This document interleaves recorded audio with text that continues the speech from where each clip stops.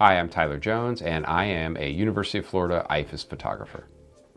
We start driving around, and I remember there was frost on the ground everywhere. I mean, this was just absolutely freezing that morning. And we crossed this creek, and I saw a gator tail.